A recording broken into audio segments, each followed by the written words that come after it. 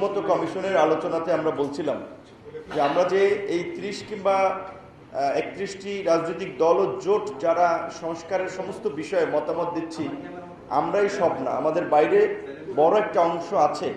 এই আন্দোলনের অংশীদার হিসাব করলেও সাংবাদিক, শিক্ষক, পেশাজীবী শ্রেণী পেশার মানুষ, তাদের একটা মতামত দরকার যে তারা জুলাই পরবর্তী বাংলাদেশ কেমন চায়, তারা কোন কোন জায়গায় সংস্কার চায়। তো ঐক্যমত্য কমিশন তো ওই ধরনের আলোচনা বোধহয় কোনো পেশাজীবী সংগঠনের সাথে করে নাই। আমি মনে করি করা দরকার ছিল। কোনো গণ অভ্যুত্থানই পেশাজীবীদের অংশগ্রহণ ছাড়া সফল হয় নাই। এই গণ অভ্যুত্থানেও পেশাজীবীদের ভূমিকা ছিল, কিন্তু সেই ভূমিকাটা আসলে আমরা যেমন দেখেছি যে ছাত্রদের ভূমিকাটাকে এককেন্দ্রিক করা হয়েছে, যে বৈষম্য বিরোধী আন্দোলনের প্ল্যাটফর্মের কিছু ছাত্রদেরকে ফোকাস করা হয়েছে।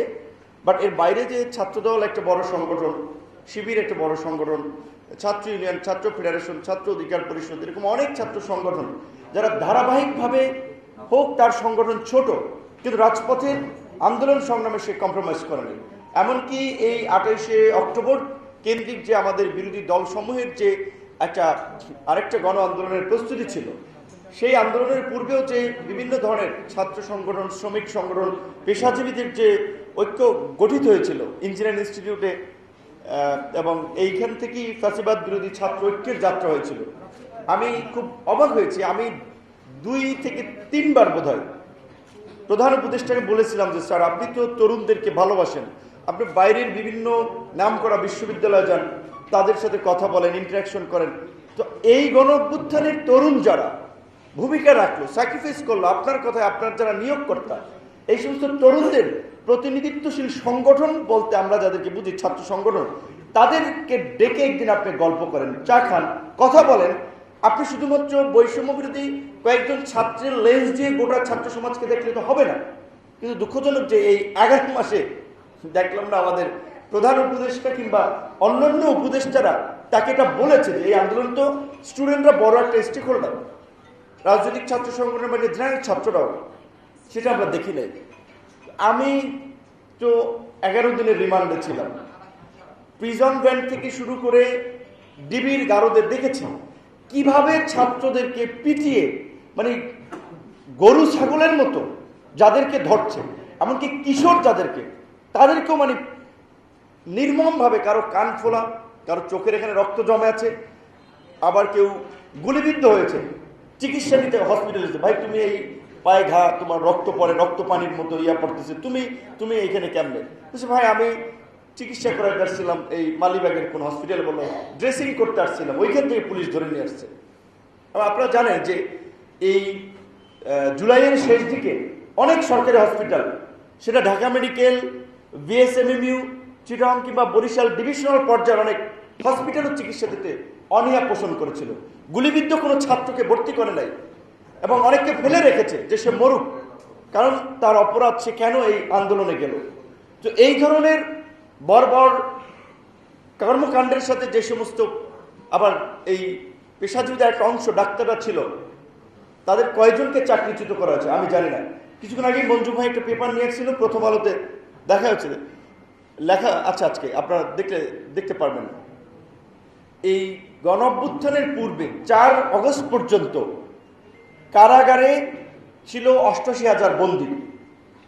আর আমার ধারণা, কারণ ডিবি কার্যালয়ে, থানার গারদে, অনেককে থানার সে গারদে রাখা হয়েছে, ডিবির গারদে স্বীকার করে নেই, র্যাবের কাস্টডিতে বিভিন্ন ধরনের ভাবে তাদেরকে গ্রেপ্তার করা হয়েছে এবং তাদেরকে আটক রাখা হয়েছে।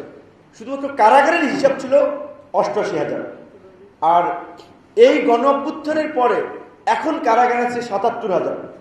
তাহলে গণ অভ্যুত্থানের চেয়েও এইরকম একটা মানে পূর্বে ছিল তার, আর এইরকম একটা পট পরিবর্তন হয়ে গেল। স্বাভাবিকভাবে পৃথিবীর বিভিন্ন দেশে এই ধরনের বিপ্লবের পরে কয়েক হাজার মানুষকে চাকরিচ্যুত করা হয়, কয়েক হাজার মানুষকে বন্দি করা হয়, কিন্তু দেখা যায় ১০,০০০ কম বন্দি আছে। এখন কথা, আমি নিরীহ মানুষকে বন্দি করা হোক সেটা আমরা চাই না, কিংবা গোপালগঞ্জে যদি মানে ভিন্ন মতের কোনো মানুষকে গুলি করে মারা হয়, এইটা আমরা চাই না, যেটা আমাদের সম্মত শহীদুল্লাহ ভাই আপনার দেশ স্বাধীনের পরের ঘটনা এক্সাম্পল দিয়ে বলছিলেন যে সেই সময় তাজউদ্দিন আহমেদ সাহেব সেটা আপনার প্রোটেস্ট করেছিল। তো আমরা চাই না যে এই অভ্যুত্থান পরবর্তী সরকার গুলি করে মানুষ মেরে তাকে আবার এই আপনি মব বলেন কিংবা জনতার আন্দোলন বলেন সেটাকে দমন করতে হবে। তাহলে তো আমরা সেই পুরনো পথেই হাঁটছি। এবং এখন তো পলিটিক্যাল গভর্নমেন্ট না, এখনই যদি তারা এই প্র্যাকটিসটা শুরু করে, পলিটিক্যাল গভর্নমেন্ট আসলেও তো একই প্র্যাকটিস শুরু করবে।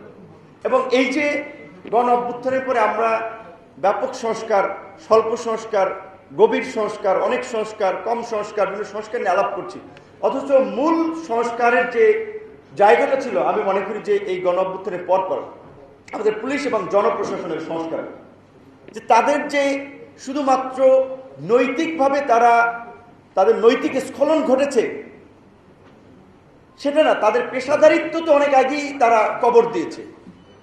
যার কারণে তো যখন সামরিক শাসক এরশাদ সাহেব ছিলেন তখনও যেমন পুলিশকে বলা হতো এরশাদের পেটোয়া বাহিনী, বিএনপির সময় বিএনপির পেটোয়া বাহিনী, আওয়ামী লীগের সময় আওয়ামী লীগের পেটোয়া বাহিনী। তো পুলিশ তো সবার পেটোয়া বাহিনী হিসেবে গালি শুনছে। তাহলে পুলিশকে পেটোয়া বাহিনী বানাচ্ছে কারা, কোন সিস্টেম? সেই সিস্টেমের পরিবর্তনে 11 মাসে কোনো আলাপ আলোচনা হয়েছে? খুব বেশি পরিবর্তন হয়েছে? কিংবা যেই জনপ্রশাসন, বরং সেই পুলিশ রাজনৈতিক নেতৃবৃন্দের সমঝোতায়, সক্ষতায়, কিংবা ছাত্রদের, সমন্বয়কদের ব্যবসা বাণিজ্য গ্রেপ্তার আগের মতোই বহাল আছে। এখনো বিভিন্ন জেলায় এসপি পোস্টিং নিচ্ছে, ডিসি পোস্টিং নিচ্ছে টাকা দিয়ে। জনপ্রশাসনের আমরা যদি দেখি চিত্রটা, জনপ্রশাসনে আপনি দেখেন ডিসি ইউনোদের বিহেভিয়ার কিংবা তাদের কর্মপদ্ধতি মানুষের প্রত্যাশা অনুযায়ী কিছু আছে? সাধারণ মানুষ কি এখনো ইউনো অফিসে গিয়ে মনে করতে পারে যে এটা একটা সরকারি অফিস, নাগরিক হিসেবে আমি এখানে আমার একটা সমস্যা নিয়ে যেতে পারি? তার রাজনৈতিক পরিচয় না থাকলে তার কোনো দাম নাই। তাহলে আমরা যে নাগরিক অধিকার এবং মর্যাদার একটা নতুন বাংলাদেশ বিনির্মাণ করতে চেয়েছিলাম, একবারে সিম্পল এবং মৌলিক কিছু সংস্কার এই সরকার চাইলে যেটা করতো, বিএনপিও বাধা দিত না, কেউ বাধা দিত না, জামাতও বাধা দিত না, আমরা বাধা দিতাম না। হয়েছে সত্যিকার অর্থে প্রশাসনের বিএনপি এবং জামাতের পুনর্বাসন। অবশ্যই বিএনপি জামাত রাজনৈতিক পরিচয়ের কারণে যদি প্রশাসনে কেউ বঞ্চিত হয়ে থাকে তাহলে মূল্যায়নের আমরা পক্ষে, কিন্তু প্রশাসনকেও যদি আবার এখন বিএনপি জামাতের পুনর্বাসন করা হয় তো এই প্রশাসনও তো আগের প্রশাসনও তিনি পলিটিক্যাল বিহেভ করবে। সেক্ষেত্রে আমরা যে একটা জনবান্ধব নিরপেক্ষ পেশাদারিত্বের প্রশাসন আমরা চেয়েছিলাম সেগুলো কিন্তু আমরা পাচ্ছি না।